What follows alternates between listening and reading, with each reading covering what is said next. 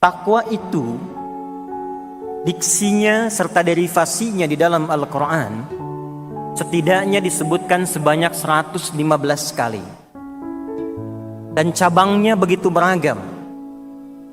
Di antara sekian makna takwa itu, ada yang terkait erat dengan petunjuk Allah yang menginginkan manusia mengetahui tujuan hidupnya.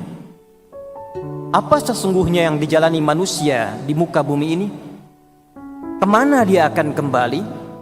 Seperti apa dia merencanakan kurikulum hidupnya dari mulai berkehidupan baligh itu sampai kembali kepada Allah Subhanahu wa taala. Di antara ayat Al-Quran yang mengisyaratkan makna ini, kita simak di Quran surah ke-59 Al-Hasyr misalnya, di ayat ke-18 itu. Allah tekankan khususnya pada setiap insan yang beriman. Harus ada pembeda iman kita dengan manusia yang belum beriman. Ya ayyuhalladzina amanu taqullaha.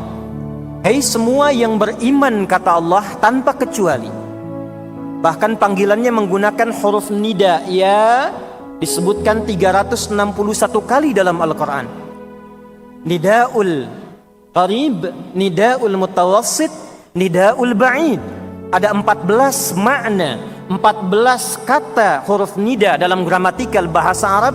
Dalam Al-Quran disebutkan hanya satu ya, dengan fungsi yang fleksibel, memanggil yang dekat, yang menengah ataupun jauh. Ayyuha disebutkan 150 kali dalam Al-Quran.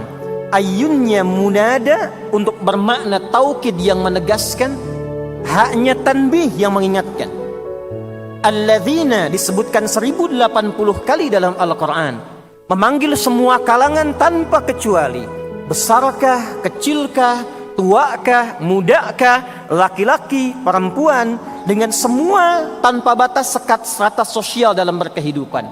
Seakan Allah ingin katakan, hei semua insan yang beriman tanpa kecuali. Adakah kalian sedang merasa dekat dengan Allah sehingga merasa imannya kuat? Jangankan yang salat fardu, sunnah pun dikejar-kejar. Ada yang imannya standar, menunggu adzan baru dia siap-siap. Ada imannya mungkin sedang lemah, sampai iqamat pun dikumandangkan, belum tergerak jiwanya untuk mendekat kepada Allah. Semua, kata Allah, tak peduli.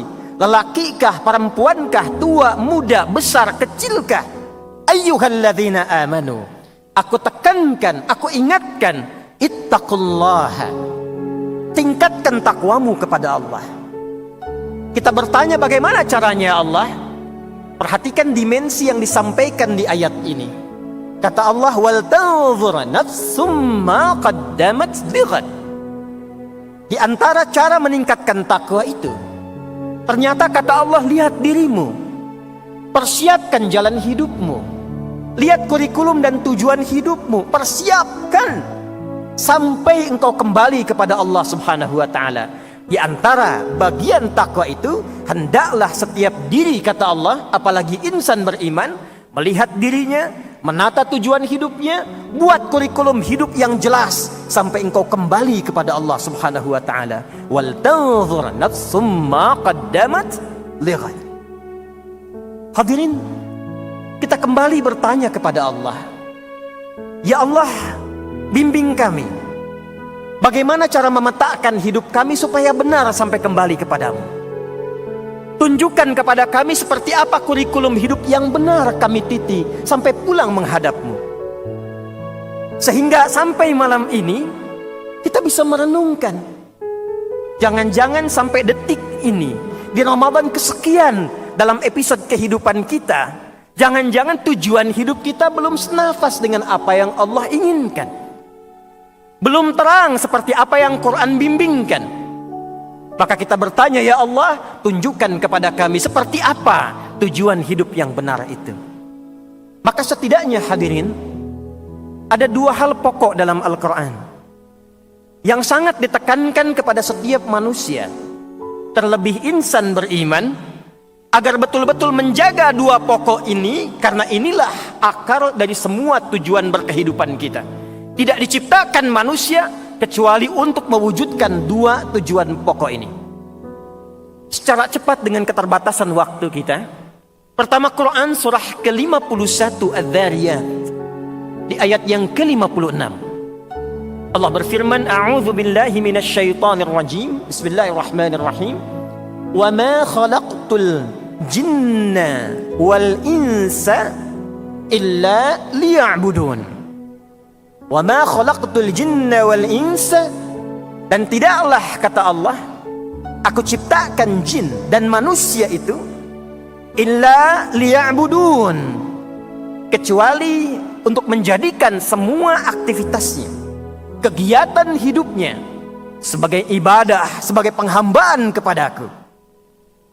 Jadi yang pertama hadirin, ternyata hadirnya kita ke dunia ini, diciptakannya kita sampai berkehidupan di detik ini, tujuan pokoknya pertama untuk menghamba kepada Allah Subhanahu wa ta'ala.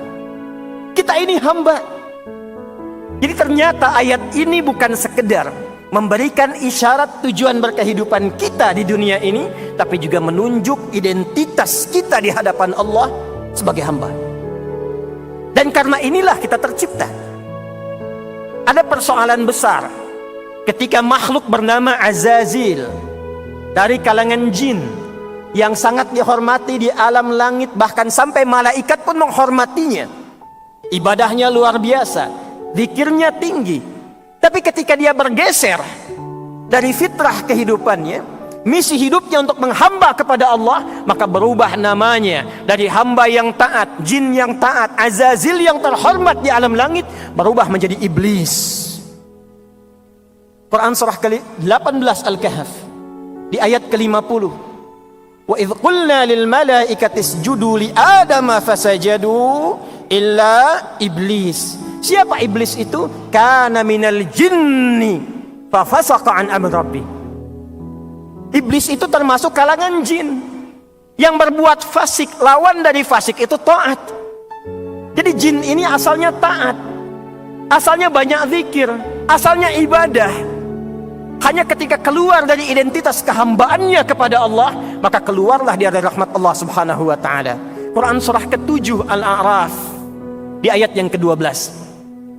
Qala ma mana'aka alla tasjuda idh amartuk. Hei, kenapa engkau tidak mau sujud, kata Allah, ketika aku perintahkan? Jadi persoalannya bukan karena sujudnya, hormatnya kepada Adam. Kata Allah, ini perintahku, saya Tuhan, saya Rabb, kamu hamba. Sifat hamba itu mesti membuktikan kehambaannya kepada Allah. Namanya hamba pasti punya sifat menghamba. Untuk membuktikan kehambaannya itu, dia harus patuh pada tuannya. Makanya kata Allah, kenapa kamu nggak patuh kepadaku? Bukan persoalan Adamnya, bukan persoalan hormatnya, persoalannya engkau hamba, aku Tuhan. Qala ana khairum minhu khalaqtani min narin wa khalaqtahu min tin. Aku lebih hebat dibandingkan dengan Adam. Kau ciptakan aku dari api, kau ciptakan Adam dari tanah. Tidak level, tidak layak. Yang diciptakan dari materi yang lebih hebat, hormat kepada yang lebih rendah. Qala fakhruj, keluar. Keluar dari penghambaan kepada Allah, dan ancamannya tinggi. Karena itulah hadirin, misi pertama, diutusnya semua rasul. Dari mulai Nabi Nuh alaihi salam. Karena Adam Nabi, Nuh diutus pada kalangan umat pertama. Sampai Nabi Muhammad sallallahu alaihi wasallam, misi yang paling utama, yang paling pokoknya, menerangkan, mengingatkan kembali penghambaan kita kepada Allah Subhanahu wa ta'ala. Jangan sampai tidak sadar sampai detik ini bahwa kita itu hamba. Kita akan pulang, kita akan meninggal, dan mempertanggungjawabkan penghambaan kita di hadapan Allah Subhanahu wa ta'ala. Karena itulah, untuk membuktikan penghambaan kita kepada Allah, diperintahkanlah dengan turunan dari ibadah itu, yang diantaranya disebut dengan salat. Dan jangan salah Pak, Ibu, semua Nabi salat, semua Rasul salat. Nabi Musa ketika diperintahkan oleh Allah saat menerima risalah, itu kalimatnya terikat penghambaan kepada Allah dengan salat. Quran surah ke-20 Taha ayat yang ke-14. Innani anallah la ilaha illa ana fa'budni. Kata Allah, saya tegaskan, saya Allah, La ilaha illa ana, enggak ada Tuhan yang layak dipertuhankan kecuali saya. Ketika engkau mempertuhankan saya, kata Allah, engkau hamba. Fa'budni, maka buktikan penghambaanmu dengan menyembahku. Bagaimana caranya ya Allah? Wa aqimis salata li dzikri, tunaikanlah salat supaya engkau ingat engkau itu hamba. Karena itu Nabi Musa salat, Nabi Isa salat, wa ja'alani mubarakan aynama kuntu wa awsani bis salat. Nabi Zakaria salat, Quran surah ketiga ayat 38 sampai 39. Ayat 39-nya, fanadatul malaikatu wa huwa qa'imun yusalli fil mihrab. Nabi Ismail, kakek moyangnya Nabi Muhammad SAW, ke-29 salat, bahkan minta keluarganya salat. Wa kana ya'muru ahlahu bis salah, Quran surah 19 ayat ke-55. Dan tahukah Anda, saya, kita semua, Nabi Muhammad SAW menerima perintah salat itu kalimatnya dengan hamba. Statusnya hamba, bukan rasul. Statusnya hamba, bukan nabi. Quran surah ke-17 ayat yang pertama. Subhanalladzi asra bi'abdihi, bukan binabiyhi, bukan birasulihi, bi'abdihi lailan minal masjidil haram ilal masjidil aqsa alladzi barakna haulah. Karena itu di syarahnya Sahih Muslim nomor 162 itu perjalanan menuju Allah sampai menerima perintah salat untuk menegaskan status kita sebagai hamba.